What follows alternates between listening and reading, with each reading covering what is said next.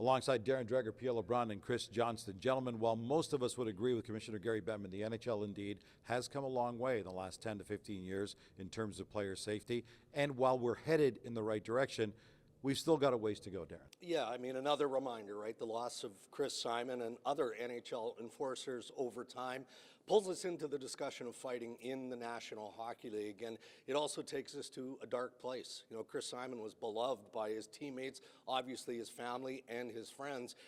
But the numbers don't lie in terms of where the game is at today.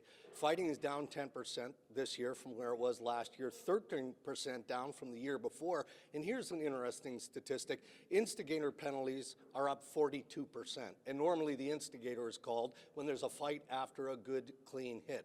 So the NHL continues to pay close attention to a very serious matter. We are making some progress on that front. We're not making really any progress at all on the Arizona Coyote situation. At least it feels that way. It feels like Groundhog Day. We're revisiting the same topic again and again and again. What's the latest with the Coyotes? It's the same topic, but there's certainly more urgency just given where we are in the calendar. And you know, I think the biggest thing we're all wondering is, will they play in Arizona next season? And it's important for me to underline this.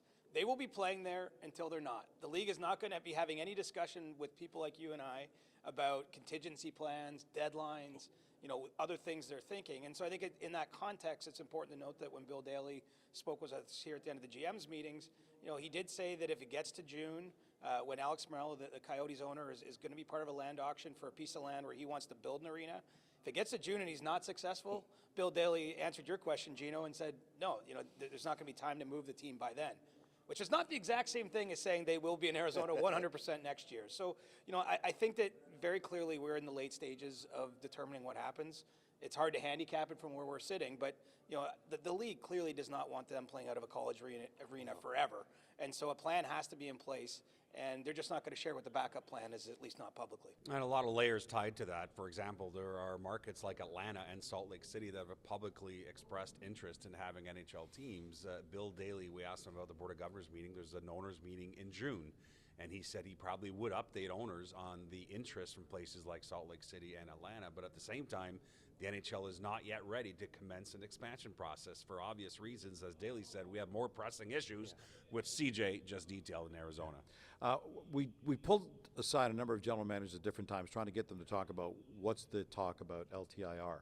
They didn't give us much, but Bill Daly did give us a bit of a tidbit on closing day. Yeah, he confirmed what we talked about yesterday, which was that at his suggestion, he suggested to the GMs on the executive committee on Sunday night, why don't you canvass all the GMs across the league over the coming weeks and months and get a true feel for how they feel about LTIR and no salary cap in the playoffs and all that stuff.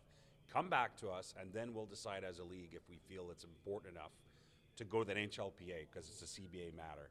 So that's where that is at. That process has commenced. Those GMs on that executive committee, I spoke with a number of them over the last couple of days.